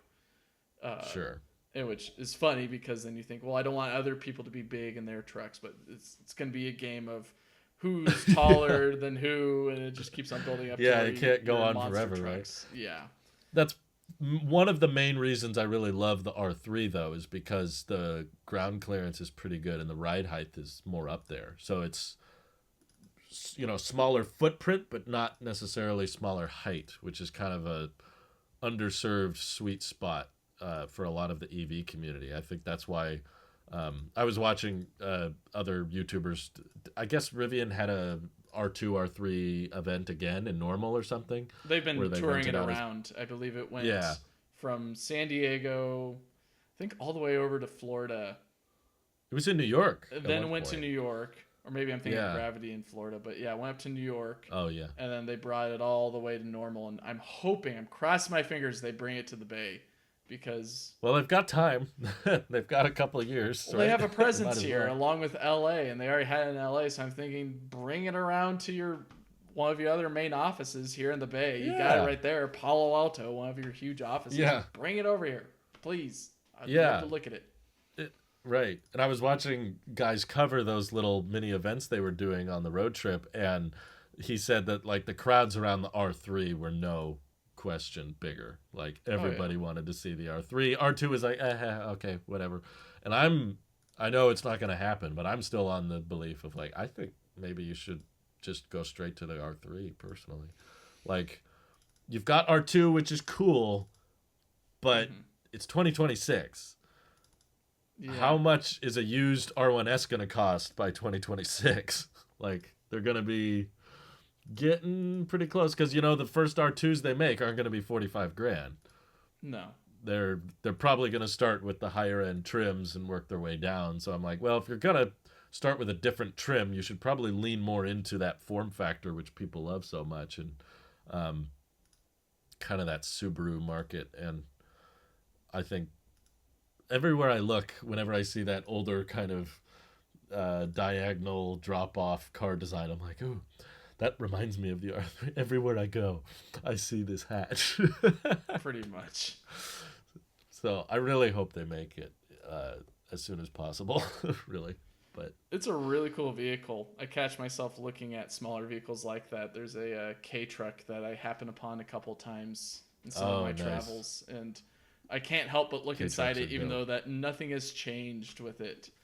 I keep on looking at it, and I just marvel at the size of it and just the usability of it. Even though it is in a small platform, you can still stuff stuff in it, or you don't need a huge cabin, even though that us Americans tend to, I guess, prioritize that with a lot of our vehicles. I think I'm really they kind hoping of combine the SUV and pickup. Like people want a big roomy interior and a bed, and that's kind of what's turned into the normal sized American truck. And of course, people are concerned about safety. They like being able to look over everything. Right. And that's why I think addressing your hopes of them just jumping to the R3, or I guess Rivian jumping to R3, I think the R2 is a great stepping stone because people still want big car, but they want something affordable. And I think that's where R2 fits, is it still provides a lot of that space and a lot of that mindset of that you're bigger on the road, even though it's the same size as a Model Y, but even so the Model Y it's decently, like, it's big, but it's not like massive, and that's why they call it compact or a crossover pretty much. Crossover, yeah. And so that's why I think the R2 still, even though it may be underhyped compared to what the R3 is, I think it still plays a role in being able to introduce many to what Rivian can do at an affordable price, and then really show them, kick them in the pants on something that is just that much more exciting and fun and still adventurous, even though it's much smaller. Oh yeah. Something a little bit, I think it's a little bit smaller than the Model 3, but still provides... Oh, a lot smaller. But it still At least provides a lot of lengthwise. utility. Yeah. So I think their lineup right now for Rivian still makes sense to me, even though that a lot of people are excited. It'll be sort of the situation of people buying Model S's and X's before the Cybertruck comes out, in which there'll be a lot of people buying the R2, enjoying what's new in the Rivian space, in anticipation for what the R3 will provide as a product to the industry. Yeah, true. Well said. I guess I'm just impatient, that's all. I can't wait. It's too cool. Yeah. Yeah, I want to see those things ripping around corners and stuff. But thank you for asking about my road trip. It was fun I to was interested. It seemed like you I had a haven't hard taken time. a moment to look back at everything. Right. It seemed like you had a hard time with FSD. We didn't touch on that too much, but hopefully, Yeah, what else is new? it sounds like your most After all recent these years. side commitment to it has you still wanting a little bit more from what FSD supervised can provide for you. Yeah, I'm mainly disappointed because I see so many people have great experiences, and I hear about you and Randy having good rides with it. And I want it to be good, believe it or not. Some people probably assume I'm trying to push some narrative and I'm trying to make it fail or something. I'm genuinely leading up to that road trip was pinging Tesla over and over again because I really wanted to try it. I really wanted to experience it. And just like it was like walking through that same thing when I first got my car, where it was like, okay, I finally got one. I could use autopilot now. And just like whenever someone would ask me, what's the most disappointing thing? It would always come back to the autonomy. It was like that was just not as good as I thought it was going to be, and I kept expecting it to be better, and I kept getting let down. And it doesn't help that on my street, there's like 3 giant mistakes it makes in a row every single time. Sure. So I have to kind of like leave it off until I get a certain distance from my house. And then even then, it still was making mistakes, and I was just like, No, I get that. come on, guys. There's a lot of points in my trip or commute to work or anywhere else where I just don't use it because I know, one, it might be dangerous. It might be a somewhat dangerous road to get onto. Or it's just going to have a behavior that's a little bit annoying. There's a certain spot where someone has some figurines or some lawn decorations in their yard, and the car recognizes it as people for some reason, and it somehow thinks that they're in the road. And Wait, you don't think they're people? What's wrong with you? okay, well, anyways, Those gnomes are real. pretty much, they pretty much are garden gnomes, and the car every single time starts screaming. That's funny. And I think they're not even in the road yet. You're screaming about them, or something that my wife found with FS. It wasn't even FSD. It's just the software in general. Yeah. She's driving along the road, and I've experienced this as well. She's driving, and there's some cars parked on the side of the street, and for some reason, it picks one of those cars out that's parked on the street, and chooses it as it's possibly moving into the street. I'm going to highlight it as red, but more importantly, you don't notice that. You notice the speakers blaring at you, alerting you there's a car that might be pulling out in front of you, when that's definitely I think that not happened the to case. us in LA. Or something like that, where there were a bunch of cars parked on the side of the street, and it thought it was traffic. Yeah. So it just like stops. It's like, no, that's not traffic. You got to keep moving. And it's the most horrible feeling when you know there's people behind you waiting and stuff. Like Sure. I am so perplexed by some of these YouTubers that post these like 0 disengagement drives. I'm like, how are they getting those? I really want those. That sounds amazing. Right. But I just can't get them, and I keep giving it chance after chance. And my wife's been driving a lot this week. She's never turned it on once. I keep saying, did you try it? Well, my today?" wife She's doesn't like, use it either. She doesn't really I'm not wanna ready touch for it. It's a lot of the passive features that are getting her, like what I said, the cars supposedly merging into the road even though they're parked and there's no one in them.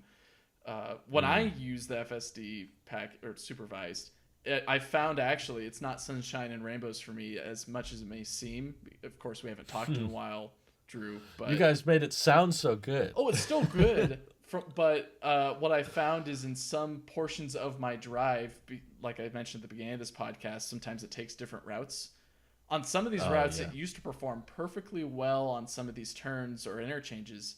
And for some reason, it's forgotten that entirely. There's a part where I get onto a highway and it just slows down by 20 miles per hour for some random reason. And I watch the number go exactly from 65 to 45. And then it picks back up to about 55 for the merge and all that. And I just think, why do that? Or another one is it just doesn't do the off ramp to on ramp interchange. It just doesn't want to do it. It'll indicate the turn signal. It'll slow down to an egregious speed to merge into the lane. But then it just totally misses it. And I have to take control and move it into the lane before I either miss the interchange safely. There's no cars typically behind me at these points when I do that. Or I'll just continue onward and then take the next exit. But even still, like, there are those cases that still crop up, even though that this has been a major increase, I would say, in positive outlook on the FSD package. There's still missteps that it still needs to address. So it's by no means perfect, but I still think this was a much larger leap than what they've made in the past with previous updates for FSD beta. Now supervised, whatever you want to call it. Yeah.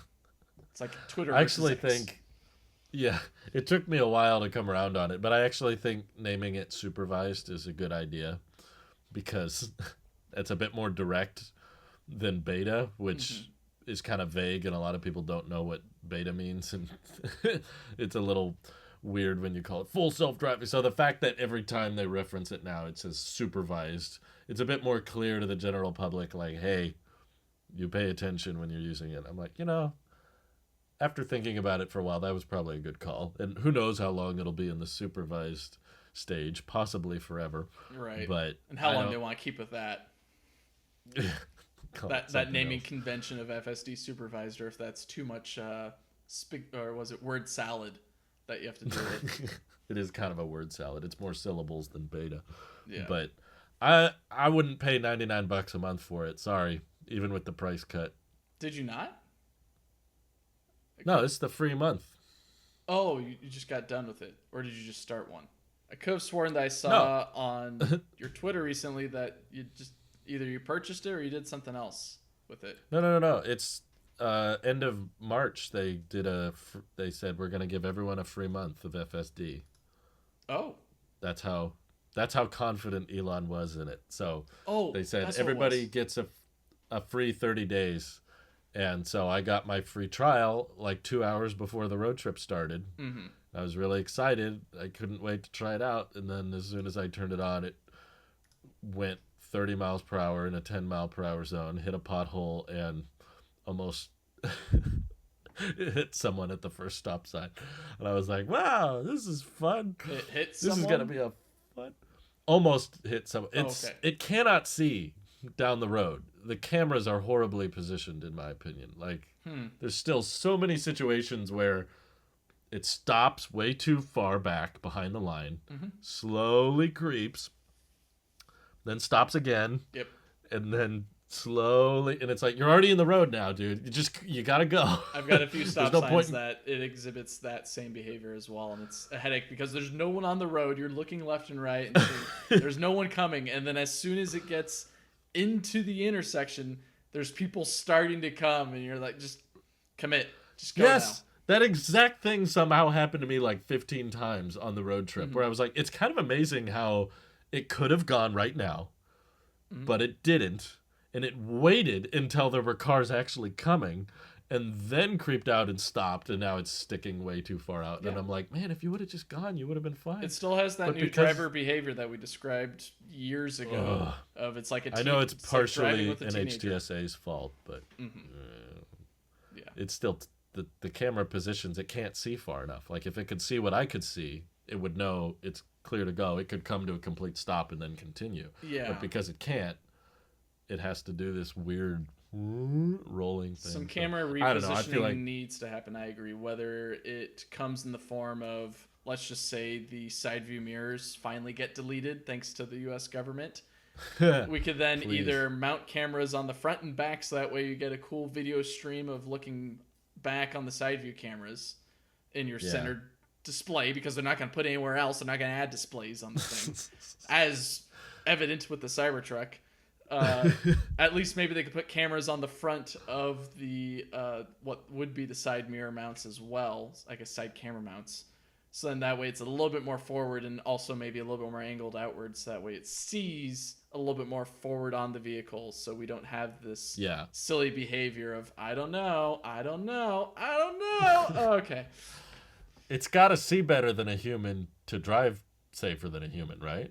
Is that it needs to see, and that's why companies like Neuro, Zoox, Waymo, and despite even though that there are some issues with it, Cruise, they had decent camera placement for their vehicles. It's just It comes down to where the hardware is placed and then how the software interprets the environment. And that's why vehicles like Waymo with LiDAR, even though that it looks hilarious having something, or Neuro, having something very high on the vehicle that doesn't look like any other vehicle, because it is obviously a dedicated sensor suite of hardware for sensing its environment. It will work because it's displaced around the vehicle properly so that the sensor can actually do its job well. But trying to go for a slipstream design like with what Tesla has with their sensor suite, with all the cameras all over the place and ultrasonics and everything else that they're either using or not using, it depends on the week that someone says something on Twitter or X about it. Changed their mind. It's going to have its issues. So it's all about proper product planning and where things go. Yeah, I think they the put the cameras where they are now based on Mobileye, back when they were using Mobileye, way back in 2016, 2017. Okay. It was like Tesla didn't even choose those camera placements, really. They just like Mobileye needed them in that position, so Tesla put them in that position, and then later on said, oh yeah, we can make this fully autonomous. It's just a matter of software. Oh, by the way, you need a new computer. By the way, you need another new computer. Oh, here's by the way, you need another new computer. And I'm like, I believe my car is capable of highway level 3. Mm-hmm. Like, I think the hardware is good enough for that. My highway experience was usually much, much better. I love the way it hugs to the left of the lane when it passes semi-trucks. Yeah, like, that's that my was wife's really nice. favorite feature. I love the auto lane change. Last road trip was pretty good at knowing when to change lanes. There were still a few hiccups, but for the most part, it's like, if you're in the left lane and someone comes up behind you, you get over. I tend to just stick in the right lane, but the Tesla likes to stick in the left lane unless someone comes up behind it, and then it gets over, and then it'll pass people. And I was like, yeah, this is pretty sweet. So I think for highway and interstate travel, the hardware is capable of doing everything and letting me watch a movie or something. But whether or not the government will allow that, I think that's a way bigger obstacle than most people acknowledge. Most people are like, oh, it's almost there and regulators will see it and approve it. And I'm like, guys, they just issued a recall for my eyes not looking at the speedometer. Like they were like, autopilot beeps at me more often now because I have to get paper letters in the mail saying there's a recall. Just wait for an update. Why did I need this piece of paper? Right. They won't let us get rid of mirrors, and you think they're going to let us not pay attention while the car is driving? Like, I think that's a way bigger problem than most people think. Like, everyone keeps going, oh, yeah, it just has to get to this certain safety thing, and then the government will just legalize it suddenly. And I'm like, What is funny is I got to drive our truck the other day for my daily commute because my wife was using the Y. And so many times it was a road trip we took with the truck recently. I was looking at the center of the vehicle to see my blind spot because that's where Tesla puts the little blind spot camera. Yep. But it wasn't there. And then I'd realize, oh no, I actually have to look at the mirror and then also look at my shoulder because one, it's a bigger vehicle. And then two, I don't have that feed anymore. So I'm not as confident making the lane change now because I don't have a camera there. Cameras help for a lot of these situations where you're just changing lanes. But yeah, I think that was a big issue with the Ocean, by the way. Mm-hmm. It just won't show the camera feed for when you're changing by lanes. design, it won't pull up the camera feed, but also even just looking around over your shoulder, that design on the back that's kind of blocky is not great visibility in your blind spot. There's no blind spot camera, and you can't see. And I didn't hit someone, but there was a point where I needed to change lanes to get over, and I signaled, and I started moving, and then I saw the car and went, oh shit, I had to get back out of the way. It was just like, there's a pretty big blind spot back there. What I loved about my Volvo 940 wagon that I had is it was also blocky shape. And if it didn't have all the windows it had in that thing where you could see all over the place, no matter where you looked, it would have had a pretty bad blind spot. But because there's so many windows, it was just so easy. Right. But with vehicles having much thicker A, B, C, whatever pillars, how many pillars you got in that vehicle, especially with like a Yeah. Cybertruck. There's going to be a lot more blind spots based on the shape of it, and so Yeah. being The able cameras are the solution. exactly, I agree. So that's something that I hope for Tesla's upcoming robotaxi, if they indeed do have an event on 8/8 of this year, next year, whatever year that they announce it, 2028 maybe. they take into consideration the camera placement and they don't just kind of throw it into a Model 3 or Y or S or X approach of just, it's been there before, let's keep on. That doesn't seem like Tesla to me. It seems like if you're designing something for a purpose, make sure that you put the sensor placement in the most logical location for the job that it needs to do. And like you said, it seems like the sexy lineup is most likely just going to be really good at somewhat level 3 highway, and then not too bad. Well, that's just computer-wise, I think. Right. Not legally. But even so, just like those vehicles just may not be set up to be an autonomous vehicle in many different situations that they have to face, where this next generation platform hopefully will be, because they're calling it a robotaxi. So it better. Yeah. Yeah. I feel bad because I don't like talking so negative, and I feel like every time we talk FSD, it's mostly just no. So here's a positive spin on it. I was it's out. Cheaper. Well, it's cheaper. Another thing is, I was out late the other day, and we were leaving a friend's house a bit late in the evening.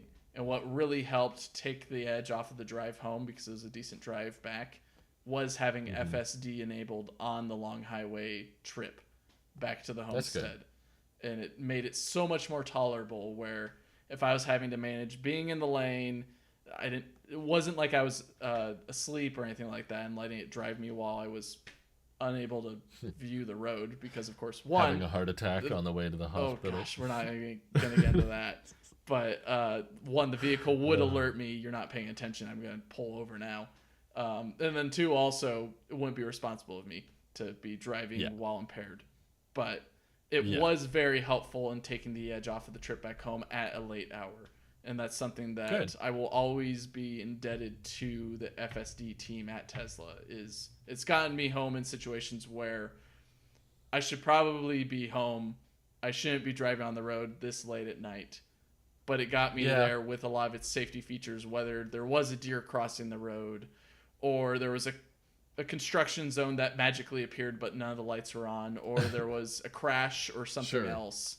It's been there to help identify something is there, or something might be there. And of course, there's the wonderful phantom braking moments. But I will say I've had a lot less phantom braking. I think they've solved a lot of that already with this most recent update. I haven't had... The only version of that is it slows down before an interchange drastically. And I don't consider on that the highway. braking.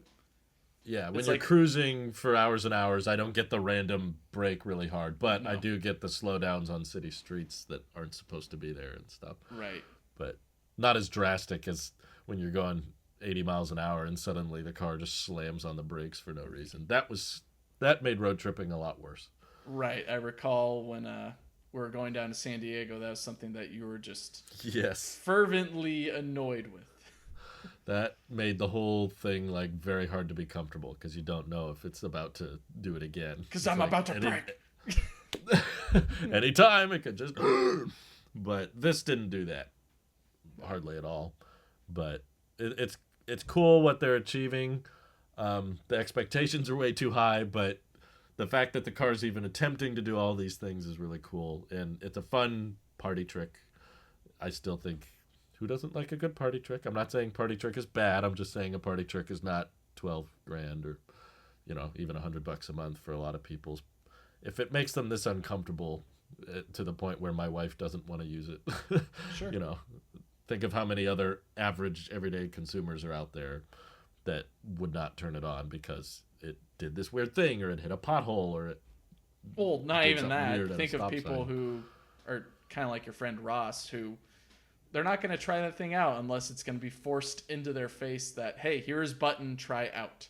Or Yeah. In the case That's of kind of what they did with the free trial. Yeah, I know well, you no, already not had even that. FSD, but When people go on a demo drive or they're picking up their car for delivery, there is a person there that is pretty much forcing you to try out the software. that is weird. It's weird, but that is the way to get people who aren't technology savvy or interested in that software to dip their toes in the water of it. And which it sounds. Don't the cameras need time to calibrate though? Maybe they drive it around the block a couple times. I don't know.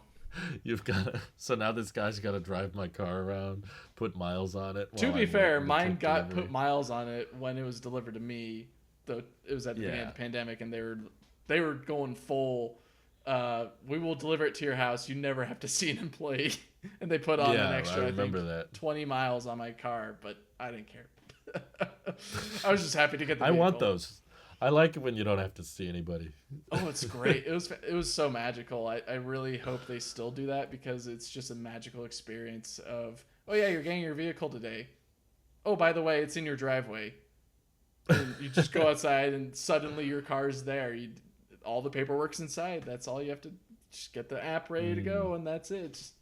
It's a magical experience. It's the whole like presents under the Christmas tree when you were a kid. Yeah. Like Santa delivered those to you right there, and suddenly they were there. And that's how it's like as an adult of suddenly my Tesla was just delivered to my front door. It's all those corny commercials that you see during Christmas time where the cute couple got matching Audis, and it's just like, oh yeah, look at that. They just appeared right here in our driveway. It's the With a season big to bow. remember or whatever. Yeah, with a big bow on and everything. It's that moment, but in real life. It's not fictional anymore. In which I want more of those moments, more of those magical experiences from Tesla or any other automotive manufacturers that want to do something like that. I like the way they delivered a lot of Cybertrucks to people. They put the big cloth over it and they slowly pull them off. I want that with an Aptera. I'll pick it up at the factory, by the way. I've got no problem just right off the line. Don't even have to wrap it. I'll take care of that. I'll just pick it up right there and drive to my uncle's place. I was going to say, Drew, I will be there for the delivery, and if they don't put a cloth on it, I will have a bed sheet ready. Thank you. Just for that moment. That sounds awesome. Along with your Hello Kitty wrap, because of course Chris said that's your favorite. No, I need that that red Aptera that Jason Hills tweeted so many times. It'd be cool to collaborate, or not collaborate, but convince them that's what I want on mine whenever you take delivery, and they just have it ready to go for you. It's the exclusive Tailosive wrap. That's designed the exclusive by Tailosive. Aptera's chief of design. Oh my god, it's such a good trim. Lots to look forward to. I like being more positive. I'm not trying to downplay anybody's software. If FSD is working great for you, congratulations. I'm super happy for anybody who's getting zero disengagement drives. I'm jealous. I'm straight up jealous of you. It's okay to be upset, Drew. It's all right to be cynical sometimes. I'm kind of accepting more and more the older I get. Maybe cars aren't going to drive themselves everywhere. That's okay. You'll just have some highway assist features, and that's enough. And luckily, EVs are very fun to drive. That's a running theme I've had from this road trip experience. Mm-hmm. I like driving my car. Yeah. And I liked driving the Fisker Ocean, even with all of its software perks. It's fun to see a different design style, and it's fun to see what's so controversial. And I loved driving the Cybertruck. That giant windshield felt like I was in an X-Wing fighter with those big cross beams, and the wipers hilarious. It's fun to drive around EVs, so I'm okay if full self-driving never really becomes a thing. I love driving around in the Aptera. I didn't have the pleasure this time because Gamma was off to meet some investors, but you already got to sit in Gamma. You didn't get to sit in a production intent chassis, in which didn't have any seats. Yeah, I was annoyed, honestly, how short the test drive with Gamma was, and it was probably like 20 minutes or something, because I felt so cool and so comfortable and I liked the cockpit like feeling. I liked the yoke and the camera feeds being right behind the display. And there was a lot of dead air that I cut out of the video because a lot of it was just me doing this. But I was mainly just going, wow, this is really sweet. And I was like, I don't want to stop. Because I had a 10-hour road trip to do right after that. And as soon as I got back in my Model 3, I was like, this is so boxy now. There's so much empty space in here I don't utilize. I was just like, I'm ready to do a big road trip in the Aptera, and I was driving around sad that this was so short-lived. I was like, oh, I only have a few minutes. I want to keep driving it, Yeah. So it'll be cool when those It'll things come. are out. It'll come. Maybe I'll pick your brain in the next episode if you will actually return. It seems like Randy still hasn't returned yet. I know, we keep waiting. It's right there. But maybe I'll pick your brain in the next episode on what trim you're feeling now compared to what you were feeling before. That's and a good before that. topic. Kind of tunes We have a into lot to what my discuss. original choice was. But Yeah, with that, sounds good. thanks for joining us on this episode of the podcast, Drew. Thank you. Thanks for being the guest host for this podcast. I know it was great having you once in a blue moon or once in a solar eclipse. I guess. Yeah. I'll show up again in 2044. Yeah, I'll see you in 20 years, unless you want to meet us in New Zealand next year for that eclipse. Oh, that sounds fun. There's no Apteras there right now, but maybe there will be soon. Come on. We're shipping Gamma everywhere. We can do it. Sounds good. Sounds good. All right. Catch y'all later. Bye-bye.